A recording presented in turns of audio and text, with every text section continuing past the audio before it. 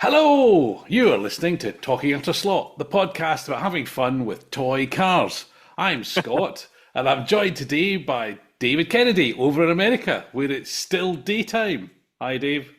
Ish. Daytime ish. Daytime-ish, evening, I guess. Evening, I guess. Yes. Yeah. So, is that this? Listen, like I'm young enough to remember when just doing satellite broadcasts of live TV was like an amazing thing, and here I am sitting in the conservatory talking to you in America just via It's some ether thing. It's amazing, isn't it? it's like Live Aid only with two old men. No singing, no singing. Oh, don't worry.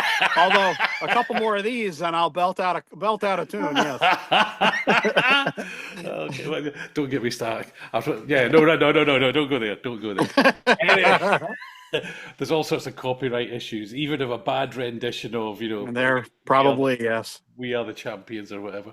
Um, it's funny. It's funny you mentioned Live Aid because it's not. Is it the anniversary this year? It I think is. it is, isn't it? Yeah. It is. Yeah. I mentioned that because I've been hearing that commercial promoting the special anniversary of it show on CNN for like on repeat for the last few days. So like every few hours. So yeah. Well, I was unlucky enough. It's funny. There was a colleague's wedding that day. Somebody that haven't seen for 40 years since, and so I didn't get to see it live. And of course, Uh, in those days there was no catch-up TV or any of that sort of thing. But I do have the DVDs. But Led Zeppelin's abysmal performance remains a mystery to me because I didn't get to see it. I watched it live on TV. I got up early because it started at 7 a.m. in Philadelphia, Mm. and I lived in Pennsylvania then as now. And yeah, it was the most amazing thing I've ever seen. And still to this day, Queen was the best show probably ever. It was rather good, wasn't it? Yeah, it was good. Yeah. Um, anyway, enough of this reminiscing. Two old men reminiscing. Yes, yes, yes. There's probably a podcast in that, actually. I, Uh, I think I think this is the podcast, sir. so, anyway, slot cars, to bring us back to the slot cars. One of the things which inspired me to get back, although I've been meaning to do it for a while, was you recently were commenting on the way RevoSlot, who have a habit of issuing three liveries of every release. So especially Yes. when they've got a new car, they make three of them, and on you go. Yeah. And I'm sort of, you tell us in brief, just outline what it was your view, and then we can pick it up from there. In brief, that's asking a bit much.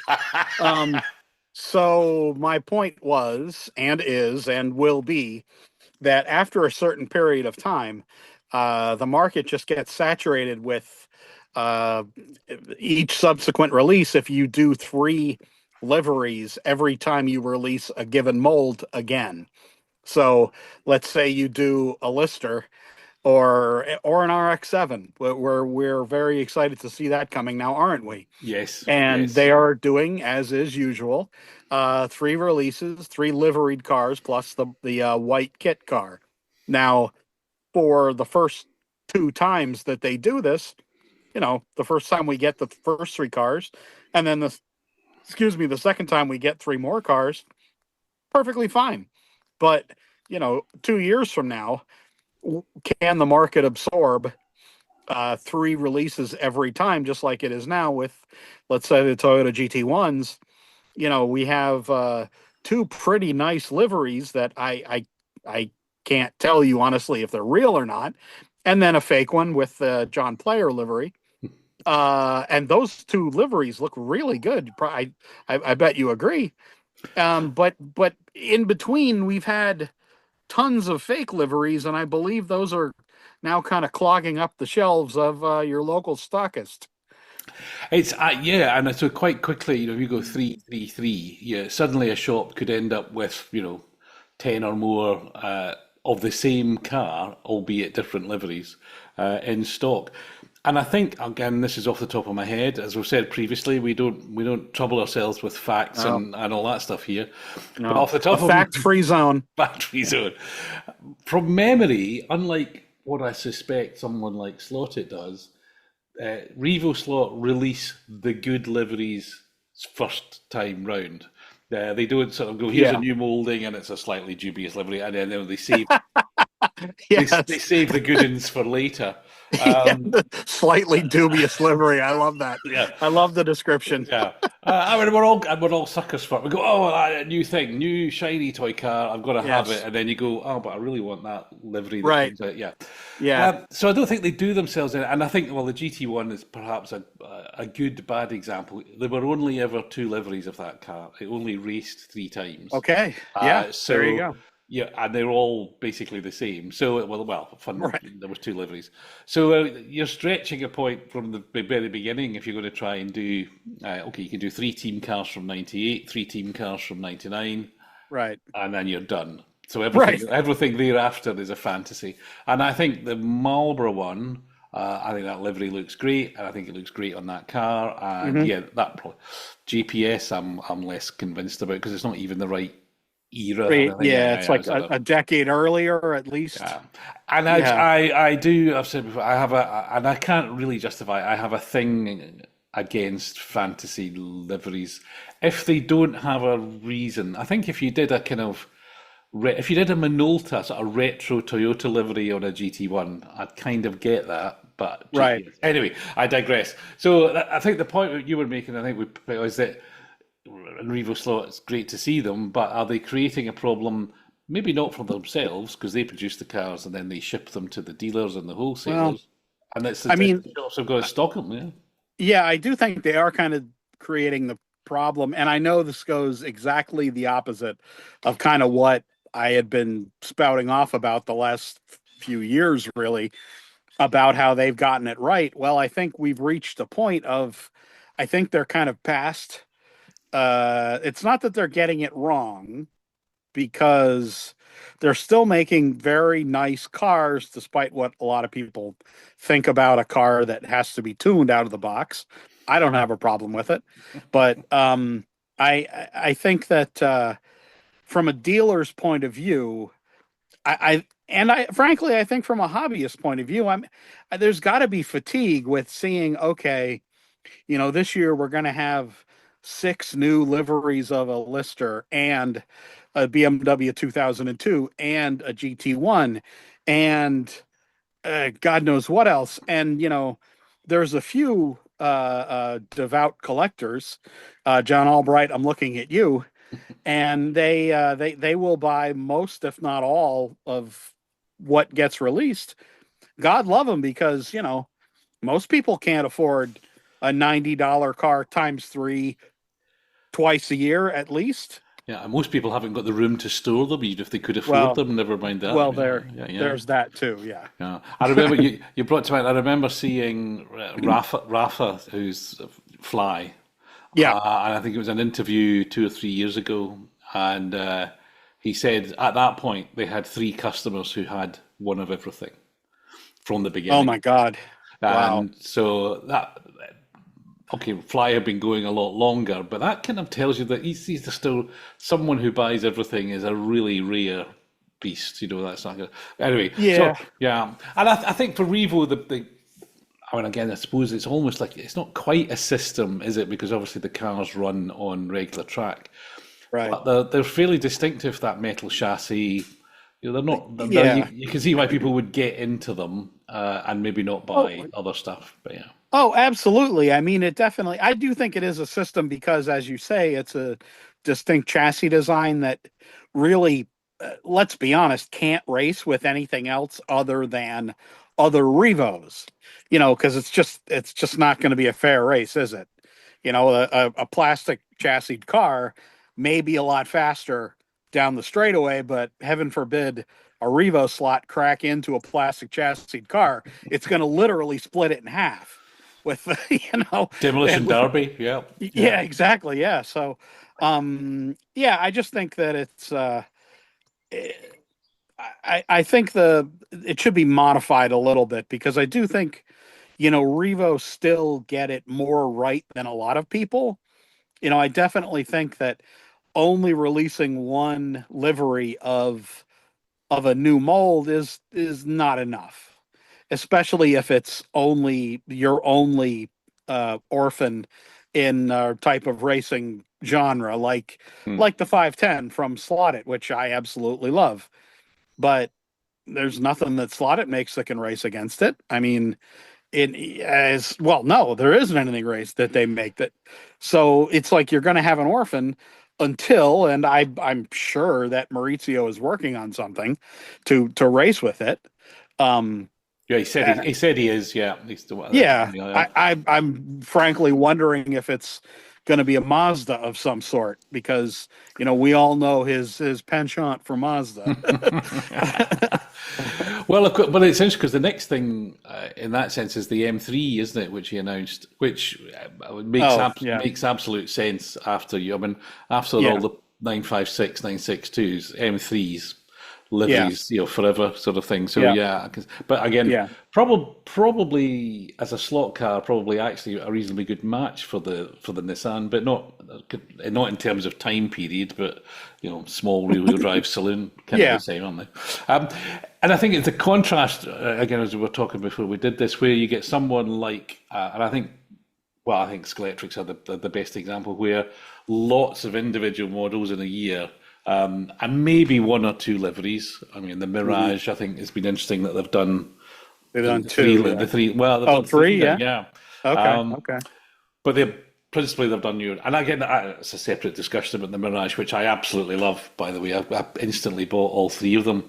But Yeah. to the best of my motorsport knowledge, there's only another three cars they can do, which is the same liveries with a different race number, because there was literally two cars for Okay. 3 years, and that's it. But I'm bringing it on. I think they're great, and I'm glad they did them. But Yeah. in general, something like Skeletrix are doing. Here's a model, and you've got one livery of it, and then here's a new model, which is a completely different car, completely different Right. livery. Right. And I guess I mean, I think what you were, and you've got this inside knowledge of it from a shop owner's point of view, trying to decide what to order and to hold in stock. The Revo Yeah. situation is, well, I've got to take all three. I mean, I guess they do they? Do they have to take No. all three? No? Okay. Well, no. I mean, they here in the U.S. it might be a little different than in Europe. The distributor here, if you don't, let me restart that. If you get one chance at deciding what you want, there are no reorders. Hmm. Because once you pick what you want, you're locked in, and if you sell through what you get, there's too bad. There's Hmm. no more. So the tendency, I think, is to artificially create that FOMO, that fear of missing out, if you don't order. All of a sudden six cars come in, and you have to choose. If you're going to get all six of those between two different molds, and I've mentioned to dealers that I talk with, don't. You got to think about what you really want to stock, and you really have to pick what releases make sense now, and because we're still in the middle of this tariff something or other. I don't even know how to describe it anymore. It's just so, Chaos. speaking of Chaos is the nonsensical. word. Yeah. Yeah, I mean, like, it makes no sense whatsoever. Um, and it's just driven the prices of cars up so high that I really feel bad for these dealers now that you know bring in cars, and by the time the car gets here, the the depending on the distributor, maybe they've locked in a price that they will abide by, Hmm. but it's possible that all of a sudden, hey, well, this car is $5 more, which equates out to about $10 at least more to the consumer. Hmm. So you see these things where people have said, oh well, the tariff whatever is over. Well, it's not, because a lot of cars just arrived that were recently affected by the kind of middle tariffs, not the 130% or whatever the hell it was. And, now we're kind of in this lull, so to speak, of we don't even know what. And, dealers don't know what to charge. There's no guidance for any of this by literally anybody. They Mm. just get an invoice and they have to pay what's on the invoice. Yeah, And there you go.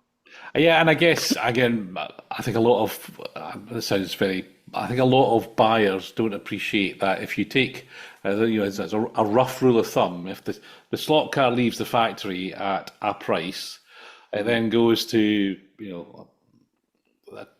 like a head office, if you like, or then get shipped out. Right. It's a margin on that. Then there's a margin when it arrives at the Yeah. distributor. There's a margin at the shop.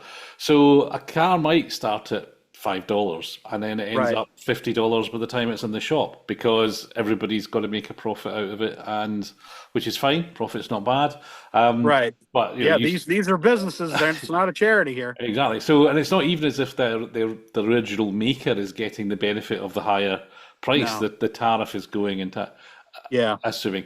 But I mean, let's hope that some sort of common sense breaks out soon. Although, as you say, it's the optimism that kills you, isn't it? Yeah. Exactly. Oh wow, that ground looks nice and soft as you're rushing toward it at 100 miles an hour. But again, one of the things we said, of course, is and again, I'm sure the slop car manufacturers and distributors they want to sell as many as they can, and they want to pick a price point that works. But if they found that there's some elasticity in that price and that people are willing to spend Yeah. more on the car. They might come back by a little bit, but they maybe not come back the whole way Yeah. because that's kind of where they're, again, depending on the volume, how many they're producing and how many are in Right. the pipeline. So even though the tariffs could come off and in theory we all end up back where we were, it maybe not even that simple because once people have Yeah. started, So I definitely think there's so in the US, and I haven't really thought about this per se until kind of right now. Um kind of the price for kind of the toy end of things, Scalextric and Carrera analog cars is a comfortable $40. You can sell cars all day long for $40. mm, Analog cars, kind of of the Carrera and Scalextric ilk, and then ideally slot it. Maybe could get upwards of $70 comfortably here. mm, Uh, I I would like to see NSR come in as close to that as humanly possible, because I see those two brands as frankly direct competitors, which they are. Their companies used to be direct competitors on literally every level before some personal issues were resolved between people in the business. So there's a price for the toy era, the toy market price point is it's about $40. In excess of that, and you're really asking an mm, awful lot of consumer not to buy from overseas, from you all in England, mhm, or even in China now. I mean, there's a couple people that sell directly from China, and their prices aren't unreasonable, and the shipping from China is fast. I've ordered things from China directly, and the prices, I mean, the stuff I ordered were little bits for my car that I couldn't get anywhere else, and the price was nothing, and the shipping price was only slightly more, and I got them in about 2 weeks, which from God knows where to my door here in Pennsylvania was shocking, quite frankly. So it's a world market there. You can't. There's no going back on that, and certain prices just don't work anymore. And as you say, prices on things don't go down. Price it's not what capitalism does. There's literally hardly even a mechanism for it to go down, because if you lower as a manufacturer, and I've dealt with this so many times from dealers screaming at me because, oh, we just shipped them, let's say $1,000 worth of Carrera cars. Well, you know, 3 weeks later, we decided, my boss then was a little more prone to do this. We decided to have a sale. oh well, make an order this weekend, and the price is going to be 5% less or whatever. Yeah. Because we got to make a number this weekend or this couple 2 weeks for sales because whatever. And oh boy, obviously, I mean, dealers scream bloody murder. If there's 5% difference between their price now and their price 2 weeks prior, Hmm. I mean, there's no going down once things have gone up. They can't lower the price on things. I mean, that they will want to, but let's say Carrera tomorrow. Well, no, because Carrera's still sort of reasonable here. I don't know how in the U.S. Let's say Scalextric lower the price down to what they should be, which is about $42, $40, ideally $39.99, ideally. It's just not going to happen. It is absolutely not going to happen. No, well, we're even here. I mean, I think their pricing is interesting because they had a big bump up a couple of years ago where it became sort of 50 quid a car. Right. So that's, I mean, the exchange rate is, but that's probably $60 or something. Um, some of the new cars are 56. Some of the new cars are Yeah. 48. So they're not a universal price, and it's not No. necessarily clear why. But you can certainly get Carreras are just a bit below that, and I presume, but Carrera are obviously much smaller here. Electric are kind of the heap, Oh and yeah. then you get into the slot at NSR, Scale Auto, Right. and all the way up to where I want to be when I'm a millionaire and ordering Velosaur models, which I don't know, they're $1,000 each or something. But Yeah. but the and again, this was, I think we touched on this the other day when we were having a sort of background chat. Scale Auto coming from, and I confessed my abiding guilty feeling that when we did the World Cup of Slot, because the way we did it, we pitched randomly, drew companies, and then had a chat about it, and we agreed that if Nick and I disagreed, we would go to penalties, which would be a toss of the coin. Anyway, first So round. gentlemanly. So Yes. gentlemanly. Yeah. Anyway, Scale Auto went out on penalties in round one, which is just crazy. But anyway, the company, certainly from my perception, I was kind of aware of them. Maybe had one or two cars as a kind of curio from say 4 or 5 years ago.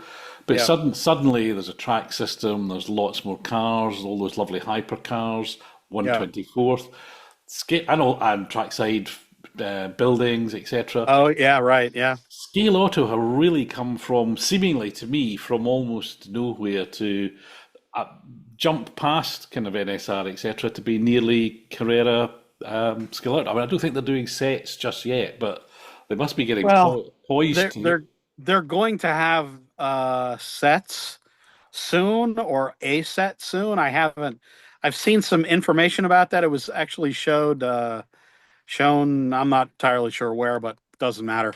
You're Yeah, I feel the same way. Like they came onto my radar quite a long time ago. I visited them in Igualada when I was with SCX.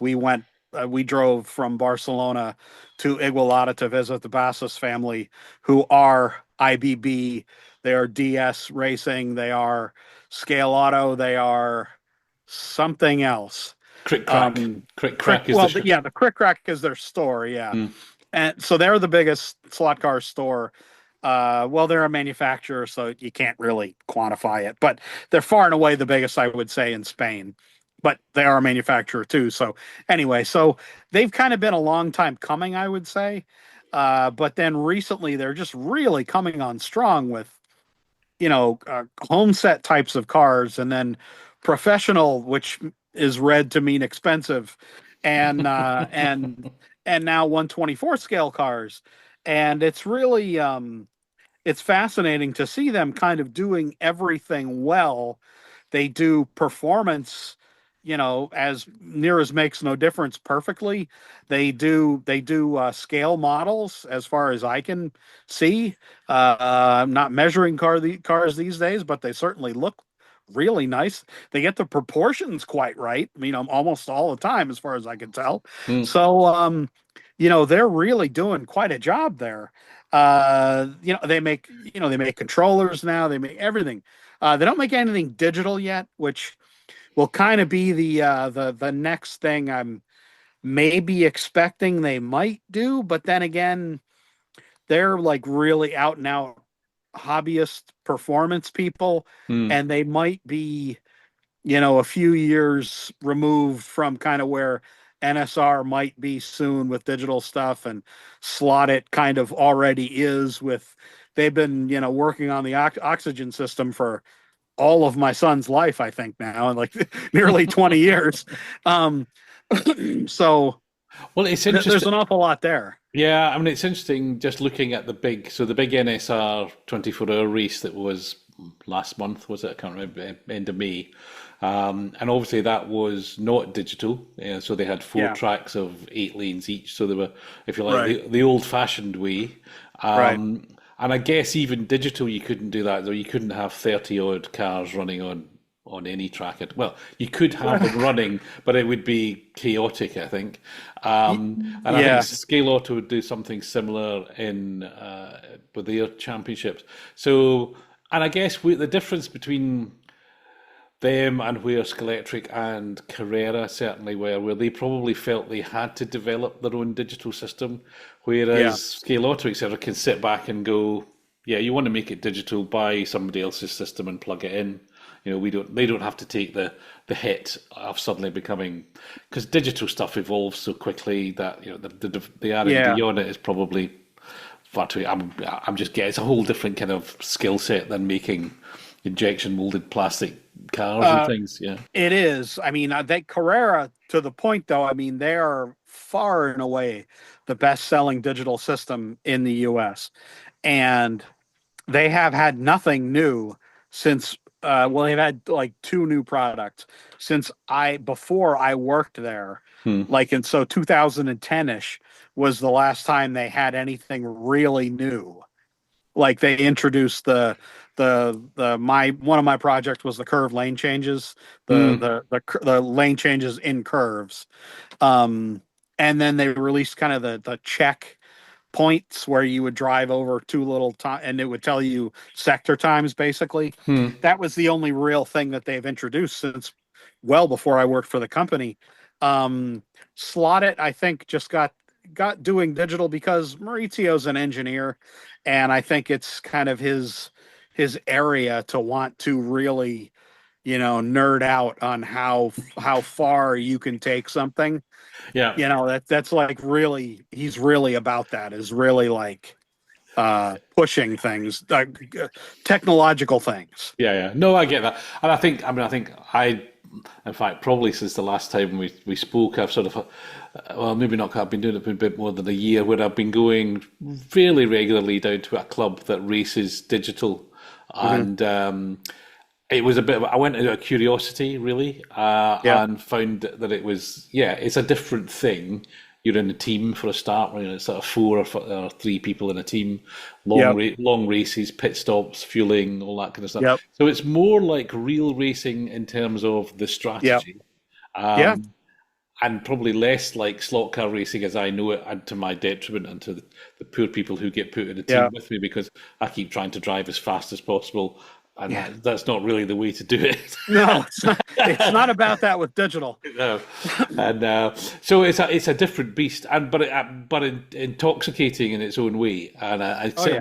I can certainly see how it draws in, and that club certainly is really successful at drawing in new people who probably wouldn't be interested in coming and doing a regular Hmm. 4 6 lane analog race, because it's they're engaged, they're in a team, the races are long, it's all that sort of thing. Anyway, yeah, Yeah. it is fascinating with that the technology begs a question which haven't even put to myself before I'm putting to you. Do you think there's anything? What's the next thing that slot cars need, or an innovation? What do they? Is there something that would make it even better?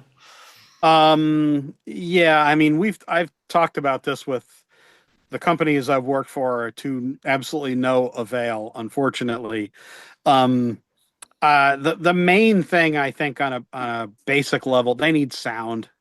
They need some kind of real sound option that can be customized. If it's just background noise, if it's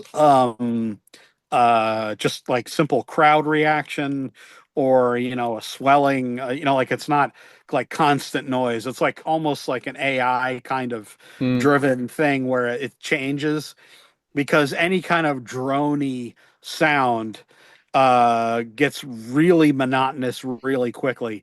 I was told, even when I worked for SCX years ago, 2009, 2000, 2008, 2009, sort of 2007 anyway, that they had done some research about this. They had a noisemaker box that they prototype that they played with, and everyone turned it off within a few laps. So, far be it from SCX to make anything that's like very good technological quality, because they just simply don't do that. But they like I think that kind of set where my mind is, and there has to be something to it that nobody else has really done sound in a very like a very in-depth kind of way. I mean, there's a little here and there, but it's really people are just kind of dabbling around the edges, Yeah. like apps and things like that that have a component to it. But Well, it's interesting. I recently just, if folk would have watched the last episode, I bought a car which had been stored probably in damp. So it was a Fly 911 that mm, had the sound gubbins in it, but it had all oh become yeah, basically infected by some sort of fungus. I cleaned it all out, and miraculously, not only did it still work and the tires were still grippy, but the little mm, sound stuff worked in it. wow, I mean, and that's probably 15 years old, maybe more. But what's oh interesting is if you yeah, hold the throttle, it revs up and makes gear changes, but wow, you need a straight a mile long in order to actually get it wow, to do that while you're driving it, oh and no down change. But and of course, the history of this goes way back, as some people will know. Skeletric in the 60s, I think, mm, released a record. It was I mean, you literally put this oh record on your, which had some yeah, background sound. So it's yeah, been, but I guess, and I'm not familiar with it, but I guess what's happening with sound in model railways, where they've got yeah, shunting noises, whistles, the whole thing that they yep, can control, yep. then the technology in terms of the size of the chips and the quality of the speakers, etc., that can be fitted into small spaces Yeah, has moved on quite a lot from even that fly that car. yeah, that's really, that's really, you have to kind of really decide what you're into. If you're into performance, you can't have anything extra in a car. Hmm. That just flat, end of story. So any kind of speaker, people look for lighter wires, and they hog out chassis, for God's sake, to save a tenth of a gram, which is absolutely Yeah, ludicrous. yeah, And the Swiss cheese chassis to try to get any kind of, like, this is just stupidity. But it's but tuning. Yeah. yeah, but exactly. But no, so like that, I think what really, like a really, like a good whack at sound, not just something that sits there and makes noise Hmm. with no thought put to it. We had a whole meeting when I was at Skelectric about this kind of thing, and I suggested a number of things to them. All of them, I don't know, like the reaction in the room was like dead silence. So I don't know if I was like speaking Swahili and people didn't understand me, or these ideas were just this effing stupid that You they were just like not like. I swear to God, I wasn't speaking the same language, because like literally no one reacted. So they were just being very British. They would be. oh, probably yes, yes. We went out. We all went and got tea 5 minutes after. Anyway, so yeah, I mean, I had a lot of ideas for there's augmented reality stuff, let's say, Hmm. because if you're going to go in the direction of an app, like the apps that are done now are apps for hobbyists. They're not apps for children. Hmm. This is like we're not. This isn't like you're not getting it, guys. You're making toys. Like, if you're Carrera and you're making an app for sector times, kids don't know what the hell sectors are. I mean, maybe some kids do where you're from, but like American kids don't understand that. There's no such thing as a sector time in a NASCAR race. There are no fucking sectors. It's a turn one or turn two. And I'm sorry, guys, there are only two turns on the average oval. I'm sorry. What one and two are not right next to each other. That's bullshit. So, yeah, have another bit of vodka, shall I? I was going to say, yeah. Yeah, but so there's things that can be done that aren't even being talked about because none of the people that are involved in making slot cars, they're not really toy people. They're like commodity people that had commodity type jobs. Like a lot of folks at Scalextric, they could be selling anything else, and the same thing could be said of Carrera. Yeah, well, it's interesting, and we're going to run out of time, sadly, because I sense we could go on for still longer. But Yeah. Just get warmed up. Said De Niro said, I'm just getting warmed up. We should definitely do talking utter slot after dark more often. But no, it's that's why my face is all red. It's a very nice sunset here. Beautiful. And I'm under my red umbrella because it was raining here a little bit ago. Yeah.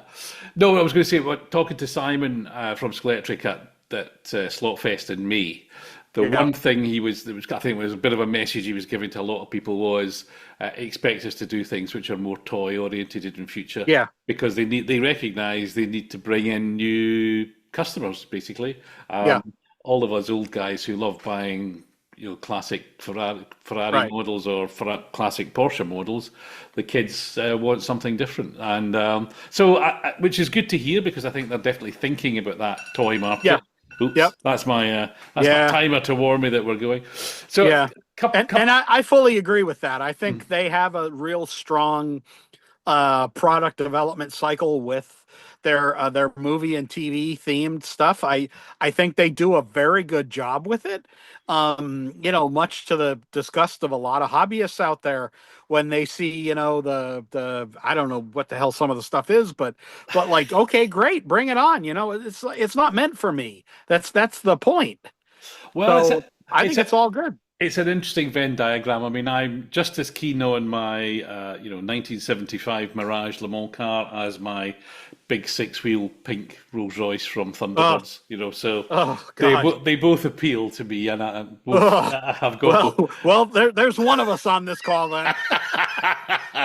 Well, I'm looking forward to the Captain Scarlet. Did you guys get Captain Scarlet? Maybe not. No. So I'm looking forward to the Captain Scarlet cars. And I think what I see them doing there, things like the New York Taxi, that's stuff that can go into a completely different market. That's going to be an impulse buy, aunties and uncles. What can I get for somebody? And as well as the nostalgia market. And if they haven't, New York airports should have shelves of New York Scalextric's taxis for people to buy as they go through the shop. Yeah. Yeah, I mean, it's they have the ability. They have the luxury even of having such a large product line, which I do think is far too large. But with all the things they make, they can make a number of things that, that do not appeal to old guys with white beards, So we're going to have to go because we're literally going to run out of time. So, all right. Thank you very much. Thank you. Thanks for listening, everybody. And we'll do this again soon. Do this again soon.